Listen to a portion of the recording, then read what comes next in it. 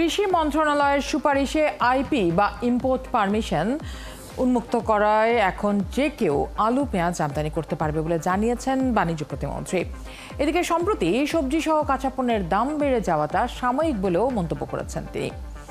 বলেছেন, বৃষ্টি আর বন্যার কারণেই কাঁচা বাজারে সরবরাহ কমেছে, তবে কেউ যেন অসৎ উপায়ে দাম বাড়াতে না পারে সেজন্য বাজার নজরদারিতে রেখেছে সরকার।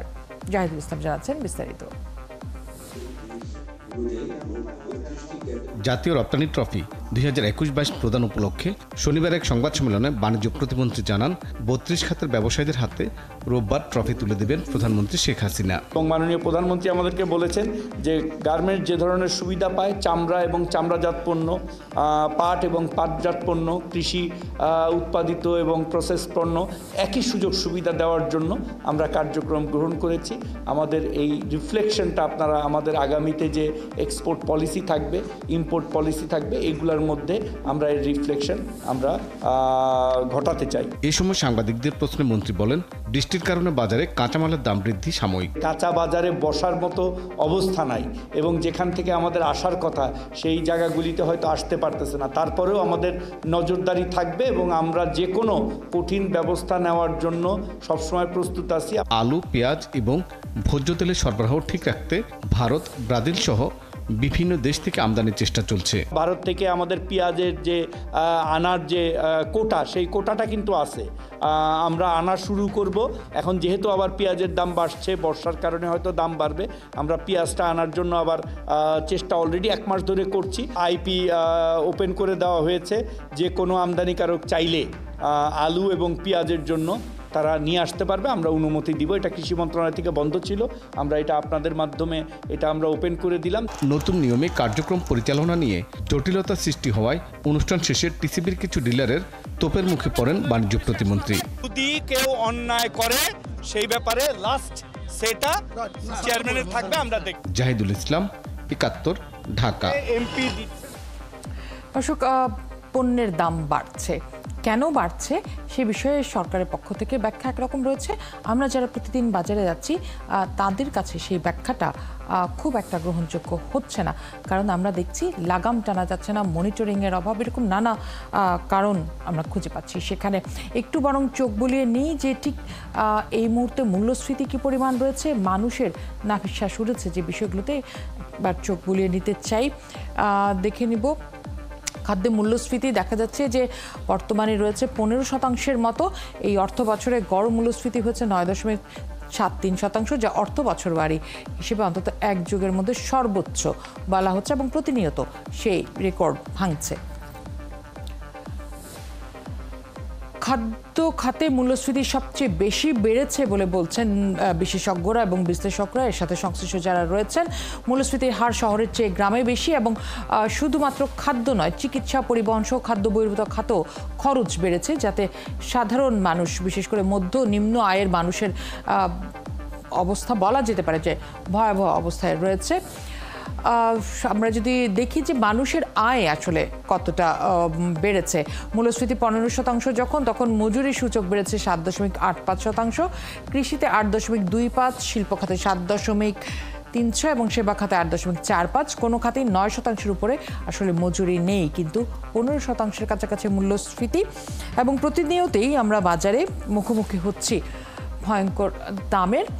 নানা কারণ বলা হচ্ছে কেন এই দাম বাড়ছে, কেন মূল্যস্ফীতি দাম বাড়ার কারণটি যদি আমরা একটু আমলে নিই, কারণ আজকে বাণিজ্য প্রতিমন্ত্রী বলেছেন যে এই মুহূর্তে বন্যা বৃষ্টির কারণে কাঁচা পণ্যের দাম বাড়ছে, কিন্তু তারপরেও সরকার মনিটরিংয়ে রয়েছে। সেই বিষয়গুলো নিয়ে কথা বলবো। আমাদের সাথে যুক্ত হচ্ছেন জাতীয় ভোক্তা অধিকার সংরক্ষণ অধিদপ্তরের মহাপরিচালক এএইচএম শফিকুজ্জামান এবং একই সাথে রয়েছেন অর্থনীতিবিদ ও পলিসি রিসার্চ ইনস্টিটিউটের নির্বাহী পরিচালক ডক্টর আহসান এইচ মনসুর। আপনাদের দুজনকেই স্বাগত জানাচ্ছি। প্রথমে আলোচনাটি শুরু করতে চাই জনাব শফিকুজ্জামান, আপনার কাছে প্রশ্ন রেখে, কারণ আজ বাণিজ্য প্রতিমন্ত্রী বলেছেন একটি কথা যে জিনিসপত্রের দাম বাড়ছে, বিশেষ করে কাঁচা পণ্যের দাম বাড়ছে কারণ বৃষ্টি, বন্যা। এই যে সব সময় একটি অজুহাত আমাদের আসলে তৈরি আছে, বৃষ্টি বন্যার জন্য এবারে দাম বাড়ছে। তারপরেও আসলে নজরদারিতে রয়েছে বাজার, যাতে কেউ কোনো ধরনের কোনো ধরনের অসৎ উপায় অবলম্বন করতে না পারে। আপনার কাছে একটু জানতে চাই, কতটা নজরদারিতে রেখেছেন আপনারা যার জন্য এর চেয়ে বেশি আর দাম বাড়বে না? না, দেখুন, আসলে গত 3-4 বছর ধরেই এই বাজারটা খুবই অস্থির, বিশেষ করে আমাদের নিত্য পণ্যের ক্ষেত্রে, এবং এটির অনেক অজুহাত যেমন আছে, আবার বাস্তবতাও আছে, এবং সেগুলো নিয়ে আমরা বহু আলোচনা করেছি। এখানে সহ-আলোচক যিনি আছেন আহসান মনসুর স্যার, উনিও এটা অনেক অর্থনীতির বিশ্লেষণ করছেন, কিন্তু বাস্তব অবস্থা যে জিনিসটি সেটি হলো যে এক একটা পণ্য কিন্তু এক এক সময় আপনার এই মূল্য যেভাবে বেড়ে যাচ্ছে, লাগামহীন হয়ে যাচ্ছে। এটি আপনারা যেভাবে দেখালেন যে 15% মূল্যস্ফীতি, যেটা খাদ্যমূল্য বিশেষ করে এটি হয়েছে, সেই অনুযায়ী ইনকাম বাড়েনি, সবগুলোই বাস্তবতা। এখন যেটি হলো যে এটি নিয়ন্ত্রণ আপনি মনিটরিং করে কতটুকু করা যাবে। প্রথম যে বিষয়টি দেখেন, আপনার মনে আছে যে এই গত 10-15 দিন আগেও যে ডিমের বাজারটা প্রচন্ড রকম অস্থির হয়ে গেছিল, এবং এটি বাড়তে বাড়তে 170 টাকা 180 টাকা খুচরা পর্যায়ে ডজন ছিল, এবং সেখানে আমরা কিন্তু একটা ব্যাপক সারা বাংলাদেশে অভিযান করেছি, এবং সেখানে হিমাগার থেকে অনেক ডিম উদ্ধার হয়েছে, এবং এটি কিন্তু এখন কিছুটা হলে স্বস্তির জায়গায়। সেটি এখন ডজন হিসেবে কিন্তু এখন 30 থেকে 35 টাকা কমে গেছে, কিন্তু এটি আরো কমা দরকার। সেটি করতে গেলে যে বিষয়টি আছে, যেমন আমাদের ডিম উৎপাদনে যে ডিমের যে খাদ্য, পোল্ট্রি ফিড, সেটি নিয়ে কিন্তু ট্রেড কমিশন সহ আমাদের লাইভস্টক মিনিস্ট্রি সবাই কাজ করছে, কিন্তু বাস্তবে যে জিনিসটা, যে ফিডের দাম বৃদ্ধির কারণে যে ডিমের দাম বৃদ্ধি পাচ্ছে, আদৌ কি ফিডের দাম কতটুকু বৃদ্ধি হওয়া দরকার, এই বিষয়গুলো কিন্তু আরো গভীরে কাজ করতে হবে। এখন আলু পেঁয়াজ নিয়ে আজকে বাণিজ্য প্রতিমন্ত্রী মহোদয় আমাদের কালকে যেহেতু রপ্তানি ট্রফি মাননীয় প্রধানমন্ত্রী দিবেন, তার আগে আজকে সংবাদ সম্মেলন করেছেন টিসিবির অডিটোরিয়ামে। আমি নিউজটা দেখলাম, যেটা আপনি প্রচার করছেন। সেখানে দেখেন আমরা আইপি ওপেন করেছি, কিন্তু দেখেন আমি এই কিছুক্ষণ আগেও আমি সোনা মসজিদ যে আমাদের ল্যান্ড পোর্ট আছে আমাদের চাঁপাইনবাবগঞ্জে, সেখানে আমি কথা বললাম। সেখান থেকে আজকে 52 ট্রাক পেঁয়াজ ঢুকেছে। পেঁয়াজটা কত টাকায় ঢুকেছে? সেখানে আমাদের পোর্টের প্রাইসটা পড়ছে হলো বাংলাদেশি টাকা 80 টাকা। এখানে যেটি আছে যে ইন্ডিয়াতে আইপি ওপেন করা আছে, কিন্তু তারা কিন্তু মিনিমাম এক্সপোর্ট প্রাইস বাংলাদেশের জন্য তারা $550 নির্ধারণ করে দিয়েছে। এখন এই $550, এবং সেখানে ইন্ডিয়ায় একটা ডিউটি আছে এই পেঁয়াজের উপরে আপনার 20%, বাংলাদেশেও ডিউটি আছে 10%। এটা করে কিন্তু 80 টাকায় পেঁয়াজটা ঢুকছে আমাদের পোর্টে। সেই পেঁয়াজটা কিন্তু ঢাকার বাজারে এসে 100 টাকা বা তার থেকেও 10 টাকা বেশি হয়ে যেতে পারে। এটি যেমন আলুর ক্ষেত্রে যেটা হয়েছে, আলু আপনার ওপেন আছে, কিন্তু আলু এই আলোচনাটিতে আমি যাব জনাব শফিকুজ্জামান, আমি এই আলোচনাটি একটু আলাদা করেই করতে চাই, কারণ এর প্রভাব কতটা বাজারে আসবে সেই প্রশ্ন আমি আপনার জন্য রেখেছি। কিন্তু তার আগে মনিটরিং এর জায়গাটাতেই আসতে চাচ্ছিলাম যে আপনি মাত্রই বললেন যে আমি ওইখানে আছি, মনিটরিং এর অনেকগুলি প্রশ্ন। হ্যাঁ, মনিটরিং এর বিষয়টি যেটা আছে সেটি হলো, আপনারা দেখেছেন যে জাতীয় ভোক্তা অধিকার সংরক্ষণ অধিদপ্তর আমাদের যে লজিস্টিক কনস্ট্রেইন আছে, তারপর আমরা এক একটা ক্ষেত্রে কিন্তু করছি। যেমন ডিমের ক্ষেত্রে আমরা কিন্তু একটা রেজাল্ট এসেছে, এবং এর আগেও আপনারা দেখেছেন। এখন ধরেন ঠিক এই মুহূর্তে আলু পেঁয়াজের যে বিষয়টি এসেছে, সেটি হলো যে আমাদের দেশের যে উৎপাদন, সেখানে হাসান মনসুর স্যার অবশ্যই বলবেন, আমাদের ডিমান্ড এবং যেটা উৎপাদন হচ্ছে সেই জায়গায় যদি গরমিল থাকে, এবং এটি কখন আমদানি করতে হবে, এবং সেই আমদানিটার ক্ষেত্রে আমাদের যে ব্যারিয়ারের কথা বললাম, যেমন আলু ওপেন আছে, চালের দামটি আসলে কেন বাড়ছে? আমার বড় ধান উঠেছে, 1 মাস হয়েছে, ওই জায়গায় যে ওখানে যে জিনিসটা আছে, যে সেটা হলো যে মাননীয় বাণিজ্য প্রতিমন্ত্রী যেটা বলেছেন, ঠিক এটা একটা সাময়িক একটা অনুষঙ্গ যোগ হয়েছে। সবগুলো তো আছেই অজুহাত, তার সাথে এই যে বন্যা এবং বৃষ্টি যুক্ত হয়েছে। এখন ধরেন এই ক্ষেত্রে মনিটরিং বা ভোক্তা অধিকার আমরা যেটা কাজ করছি, সেখানে কিন্তু আপনার এটা দিয়ে যে আপনার মূল্য কমিয়ে আনা যাবে এটি কিন্তু নয়, এবং সেটা আমরা 2-3 বছর ধরে কাজ করে দেখেছি। কিন্তু যে জায়গাটায় করার আছে সেটি হলো যে মোকাম থেকে বা উৎপাদক পর্যায় থেকে ভোক্তা পর্যায়ে যে প্রতিটা জায়গায় সেখানে যে হাত বদলের ক্ষেত্রে যে মুনাফা যেটা হচ্ছে, অথবা আমাদের পরিবহন থেকে শুরু করে যে প্রবলেমগুলো আছে, সেই জায়গাগুলোতে কিন্তু আমরা কাজ করে যাচ্ছি। কিন্তু এটা দিয়ে কিন্তু যে একদম খুব বেশি আমরা রেজাল্ট বাজারে প্রভাব ফেলা যাচ্ছে না। শফিকুজ্জামান আপনি রয়েছেন আমাদের সাথে, জনাব আহসান এইচ মনসুর। অনেকগুলো প্রসঙ্গ চলে আসলো শফিকুজ্জামানের কাছ থেকে, আপনার কাছে একটু জানতে চাই। আমি যদি ছোট ছোট করে পয়েন্টগুলো নিই, সেক্ষেত্রে ডিমের দাম বেড়েছিল, আমরা সেটি মনিটরিংয়ের কারণে কমানো সম্ভব হয়েছে। মনিটরিং করেই আসলে সব কিছু কমানো যাবে না, সেই সাথে আরও অনেকগুলো বিষয় রয়েছে, কারণ নানা অজুহাত সামাল দিতে হবে। এর মধ্যে আসলে পরিবহন ব্যবস্থা, সেই জায়গায় যেমন নিশ্চয়ই আপনি কথাগুলো শুনেছেন। পৃথিবীর আর কোন দেশে এরকম ছোট ছোট ছোট ছোট অজুহাত তৈরি হয়ে আসলে এইভাবে পণ্য মূল্য নিয়ন্ত্রণ করা সম্ভব হয়? কারণ যারা কৃষক রয়েছেন, ধান উৎপাদন যারা করেন, তারা বলেন যে মিল পর্যায়ে আপনারা মনিটরিং করেন, খুচরা পর্যায়ে যারা আছে তারাও বলেন মিল পর্যায়ে করেন, কিন্তু আমাদের মনিটরিং টিম আসলে শুধু খুচরা মাঠেই থাকেন। আবার বলা হচ্ছে যে মনিটরিং করে দাম কমানো যাবে না, আবার মন্ত্রী বলছেন যে মনিটরিং এর কারণে দাম কমছে। সাধারণ মানুষ, আমি যে ভোক্তা, আমি আসলে কোনটা মানবো, কোনটা জানবো, কিভাবে দাম কমবে? দেখুন, অর্থনীতিবিদ হিসেবে আমরা মনে করি সবচেয়ে আসল জিনিসটা হচ্ছে সরবরাহ পরিস্থিতিকে স্টেবিলাইজ রাখা, স্থিতিশীল রাখা, এবং সরবরাহটা যদি পর্যাপ্ত থাকে, দামটা স্টেবল থাকবে। আমি লেভেলটা কি হবে সেটা অবশ্য ডিপেন্ড করে অনেক ফ্যাক্টরের উপর। কস্ট অফ প্রোডাকশন আছে, এক্সচেঞ্জ রেট আছে, সরবরাহের পরিমাণটা আছে, ইত্যাদি অনেক জিনিসের উপর ডিপেন্ড করে। এখানে শুধু মনিটরিং করলে তো কাজ হবে না। যে জায়গাটা জিনিস আমি বলবো মনিটরিংটা দরকার হচ্ছে আরেকটু উচ্চ পর্যায়ে, অর্থাৎ অ্যানালাইসিস পয়েন্ট অফ ভিউ থেকে, বাজারে ঘুরে ঘুরে নয়, বাজারকে তথ্যভিত্তিক যদি আমরা একটু মনিটরিং করতে পারি, আমরা বুঝতে পারি যে হ্যাঁ, ডিমের দামটা কি আসলে অসঙ্গতিভাবে বেড়েছিল নাকি সঙ্গত কারণে বেড়েছিল। যদি অসঙ্গত কারণে বেড়ে থাকে তাহলে অবশ্যই ভোক্তা অধিদপ্তর বড় বড় যারা ডিম সাপ্লাই করেন তাদেরকে চাপে রাখতে পারেন এবং সেটা হয়তো কিছুটা কাজ দেবে। একেবারে খুচরা পর্যায়ে কোনো বাজারে যে খুব একটা লাভ হয় সেটা আমি মনে করি না, কিন্তু ওই হোল যেখানে বড় বড় সরবরাহকারী আছে সেই জায়গাটায় মনিটরিং করাটা যুক্তিসঙ্গত একটা কারণ থাকে, এবং সেটার সাথে আমাকে সামগ্রিক ব্যাকগ্রাউন্ডটাকে বুঝতে হবে যে ভারত যদি তার পেঁয়াজের দাম এক্সপোর্ট প্রাইস মিনিমাম বাড়িয়ে দেয় তাহলে বাংলাদেশের পেঁয়াজের দাম এমনি বেড়ে যাবে। এটা হচ্ছে বাস্তবতা, কারণ অন্য কোনো দেশ থেকে আনতে গেলে আরো বেশি খরচ পড়ে যায়। আর বাংলাদেশের সরবরাহের অপ্রতুলতা আছে। আমাদের যেমন আলু নিয়ে যে তথ্য দেওয়া হয় সে তথ্য কতখানি সঠিক সেটাও নিয়ে প্রশ্ন আসে অনেকের মনে, যে আসলে কি আমরা এত আলু উৎপাদন করি, হঠাৎ করে কেন আলু শর্টেজ হয়ে গেল, আলুগুলো গেল কোথায়, আলুকে আমরা খাচ্ছি না? তো এই জিনিসটা দেখতে হবে যে আমাদের তথ্যের কোয়ালিটিটা কি, সেটাও কি ঠিক আছে কিনা সেটা ভেরিফাই করা উচিত। এবং সেখানে যদি তথ্যগত ভুল থাকে, আমাকে বলা হলো যে আমরা এতখানি আলু আছে যেটা আমাদের চাহিদার চাইতে পর্যাপ্ত শুরুতেই, বছরের শুরু, তাহলে তো আর আমদানি করবে না কেউ। কিন্তু আমাদের যদি শুরুতেই বলা থাকে যে এই বছর তো আলু উৎপাদন আসলে কম হয়েছে, আলু কিছু আমদানি করতে হবে, এবং সেইভাবে সরকার তখন প্রস্তুতি নিতে পারে, বাজার প্রস্তুতি নিতে পারে, আমদানিকারকরা সেটাকে সেভাবে ব্যবস্থা নিতে পারে। তো এই জায়গাগুলো আমি বলবো যে হ্যাঁ, মনিটরিংটা একটু হায়ার লেভেল মনিটরিংটা দরকার আছে, অ্যানালাইসিস তথ্য ভিত্তিক মনিটরিংটা বেশি প্রয়োজন আছে। এবং সেই তথ্যের ভিত্তিতে এই যে আমদানি পেঁয়াজের ইম্পোর্ট পারমিট, আমি সবসময় বলে আসছি এবং শফিক সাহেব আছেন এখানে, ওনার কাছে অনেকবারই বলেছি যে এটাকে অটোমেটেড একটা সিস্টেমে রাখতে পারলেই ভালো। বারে বারে এই ইম্পোর্ট পারমিট বন্ধ করা, আবার ইম্পোর্ট পারমিট দেওয়া, এগুলো না করে এটা আমরা যদি 10% বা 15% একটা ট্যাক্স বসিয়ে, ইম্পোর্ট ডিউটি বসিয়ে তারপরে আমদানি খুলে রাখি, তাহলে পরে এই জিনিসটাকে নিয়ে বারে বারে নাড়াচাড়া করতে হয় না, অটোমেটিক্যালি বাজারে সাপ্লাই চলে আসে। জনাব মনসুর, এবার যে বলা হলো বাণিজ্য মন্ত্রণালয়ের পক্ষ থেকে যে কৃষি মন্ত্রণালয় বন্ধ করে রেখেছিল এই আইপি বা ইম্পোর্ট পারমিশন, সেটি এখন উন্মুক্ত করা হয়েছে। এতে করে যে কেউ আলু পেঁয়াজ আমদানি করতে পারবে না, অর্থাৎ একটা গোষ্ঠীর কাছে আর কুক্ষিগত থাকবে না এবং সেখানে সিন্ডিকেটের কোনো সুযোগ থাকবে না।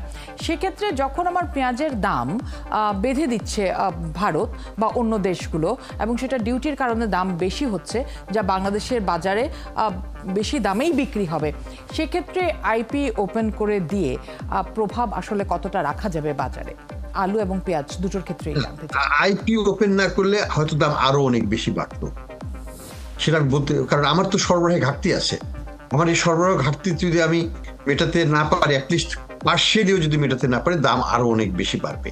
কাজেই ইম্পোর্ট মানে ট্রেডটাকে আমাকে ওপেন রাখতে হবে অ্যাট এনি কস্ট। এটাকে দেরিতে করলে পরে ভোক্তা ক্ষতিগ্রস্ত হচ্ছে। আর আগে থেকে যদি এটাকে খুলে রাখা হতো, আমি যদি ট্যাক্সটা বসিয়ে রাখতাম, ঠিক আছে বাংলাদেশের এই ইম্পোর্টটা ভারতের চাইতে কিছুটা বেশি দামে আমরা করব, ভালো কথা। আর যেহেতু ভারত অলরেডি 25% বা কিছু একটা বড় রকমের ডিউটি দিয়ে রেখেছে সেখানে, তাহলে আমাদের দাম তো এমনি চড়া হয়ে যাবে। একটা জিনিস আমাকে বুঝতে হবে যে আলটিমেটলি প্রাইসটা ডিটারমিন হয় মার্জিনাল কস্ট, অর্থাৎ শেষ যে দামটা আসতেছে সেই দামের উপর। বাংলাদেশের যে পেঁয়াজ আছে সবগুলোই কিন্তু ওই ভারতীয় পেঁয়াজের দামের বেনিফিটটা পাচ্ছে, তাদের সেলস প্রাইস কিন্তু বেড়ে যাচ্ছে। মার্কেট সেইভাবে অপারেট করে। এখানে বললে হবে না যে বাংলাদেশি পেঁয়াজ তো লোকাল প্রোডাকশন, ভারতে ইম্পোর্ট ডিউটি এক্সপোর্ট ডিউটি বসিয়েছে, কি আসে যায় তাতে? আসে যায়, কারণ প্রাইস ইজ আমরা প্রান্তিক দাম দিয়েই দামটা বাজারে ঠিক হয়, মার্জিনাল প্রাইস মার্জিনাল কস্ট দিয়েই এই প্রাইসটা ঠিক হয়। কাজেই এগুলো বাজারে আমি মনিটরিং করি না করি, ওই যে ভারতের দাম বাড়িয়ে দেওয়া হলো সেটার প্রভাব আমাদের বাজারে পড়বে, যতক্ষণ পর্যন্ত না আমাদের প্রোডাকশনটা আমাদের চাহিদার মোতাবেক বা তার চাইতে বেশি না হয়, কম হলেই ওটার প্রভাব। এবং তার সঠিক তথ্য যদি আসলে সরকারের কাছে থাকে তখন আসলে পদক্ষেপ নেওয়াটা সহজ হয়। জনাব শফিকুজ্জামান, আপনার কাছে একটু আসতে চাই, এই যে সঠিক তথ্য রাখার ক্ষেত্রে আপনারা চালের যাতে দাম বৃদ্ধি না হয় সেই জন্য আপনারা নানা রকম পদক্ষেপ নেওয়া হয়েছে, চালের বস্তায় দাম এবং জাত লিখে রাখা, সেই সাথে হচ্ছে কোন গুদামে কত চাল আছে সেটি মনিটরিংয়ে রাখা, সেটি একটি অটোমেশনের জায়গায় আপনারা গিয়েছেন। কিন্তু তারপরও আমরা দেখছি কোনো কারণ ছাড়াই ভরা মৌসুমে 2 থেকে 5 টাকা কেজিতে বস্তা প্রতি 200 টাকা থেকে 600 টাকা পর্যন্ত বেড়ে যাচ্ছে দাম। কেউ কেউ বলছেন যে এটা যারা মিলাররা কিছু কিছু প্রতিষ্ঠানের সাথে হাত মিলিয়ে এটি করছেন। তাহলে মিলারও আপনাদের পরিচিত, প্রতিষ্ঠানও আপনাদের পরিচিত, কি করে তাহলে এই হাত মেলানো সম্ভব হচ্ছে? এই জায়গায় একটা বিষয় যেটা হাসান মনসুর স্যার যেটা বললেন, যে আমাদের যেগুলো আমদানি পণ্যের ক্ষেত্রে বিশেষ করে আলু, এখন তো আলু নতুন যুক্ত হয়েছে, কিন্তু এর আগে পেঁয়াজটা অনেক বছর ধরে সমস্যা ছিল। সেখানে আমরা সিজনাল ট্যারিফের জন্য আমরা প্রপোজ করছি এবং Bangladesh trade and tariff commission থেকে, বাণিজ্য মন্ত্রণালয় থেকে বলা হয়েছে, এবং সেটি আমি আশা করবো যে এনবিআর এই সিজনাল ট্যারিফ দিয়ে যখন আমাদের উৎপাদন হবে তখন কৃষকরা যাতে মূল্য পায়, তখন আমরা ডিউটি বাড়িয়ে রাখবো, এবং যখন আমাদের এই লিন পিরিয়ড যেটা শুরু হয়েছে অলরেডি, সেই সময় আমরা ট্যারিফটা মিনিমাম করে রাখবো যাতে আমার এটা অবাধে আসে। আর যেটি বলেন চালের ক্ষেত্রে যেটা হয়েছে, সেই চাল আমরা তো বলছি যে উৎপাদন মানে আমাদের স্যাটিসফ্যাক্টরি উৎপাদন হয়েছে। আলুর ক্ষেত্রেও বলা হয়েছিল গত বছর, কিন্তু তারপর আলুর সংকট ছিল এবং আমি নিজেও গিয়েছি, এবং এবছরও কিন্তু আলুর দামটা কিন্তু সিজন থেকেই কিন্তু অনেক বাড়তি, এবং ঠিক এই মুহূর্তে 60 থেকে 65 টাকার, যেটা গত বছরের সর্বোচ্চ দামের থেকেও কিন্তু বাড়তি আছে, এবং আমাদের কিন্তু আরো 3-4 মাস কিন্তু এই আলু দিয়ে কিন্তু আমাদের চলতে হবে।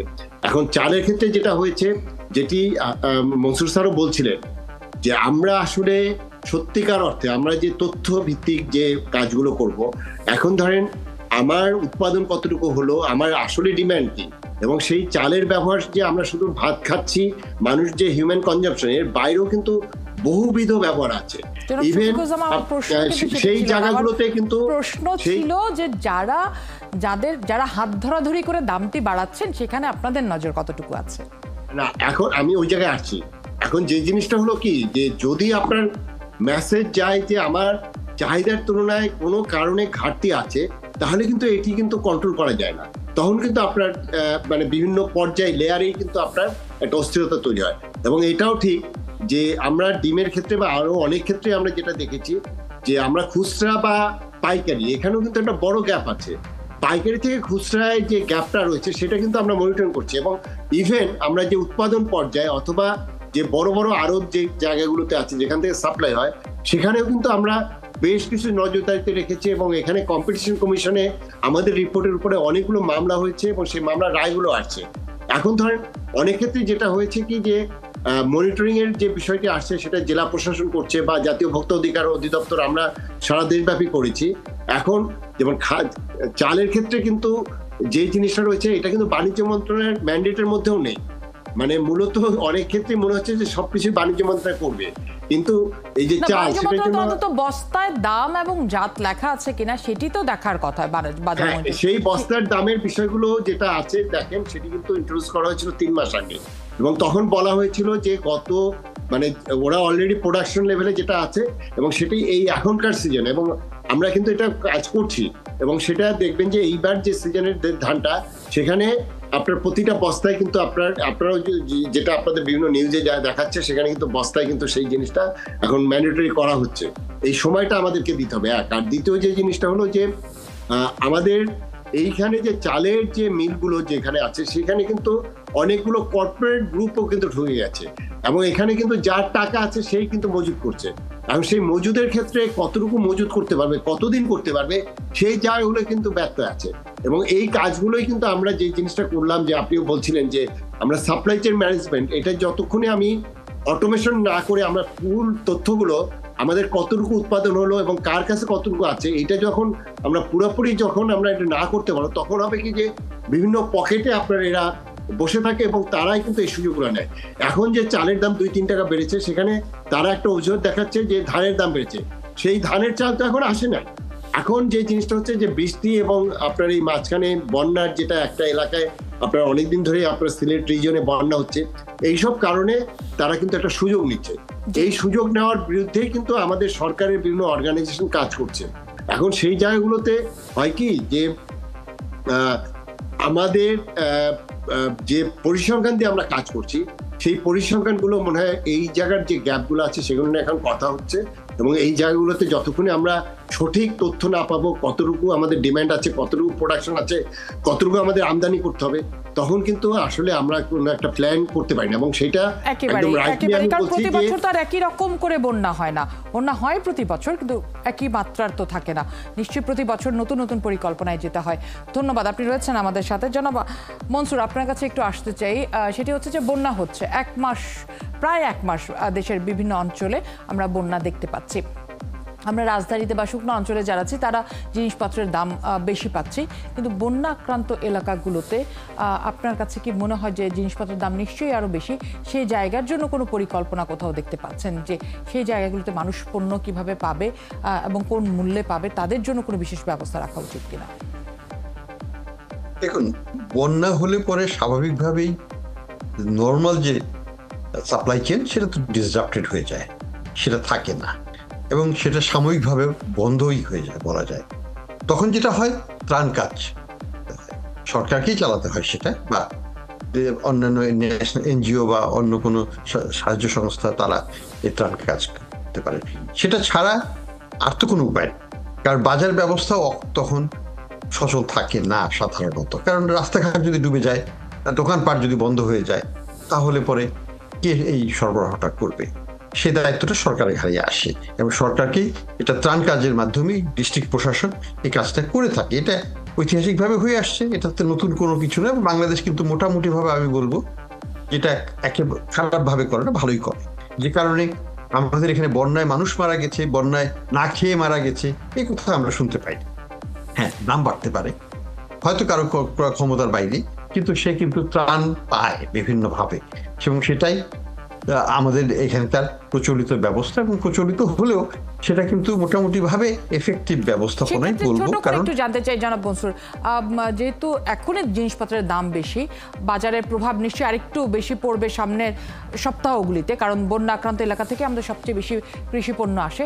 কতটা বাড়তে পারে সেক্ষেত্রে জিনিসপত্রের দাম আপনার মনে হয়? এখানে একটা জিনিস মনে রাখতে হবে, সিলেটের বন্যা হলে বা নর্থ বেঙ্গলের যে বন্যাটা হয়, সেটা ধানটা কিন্তু উঠে গেছে আমাদের।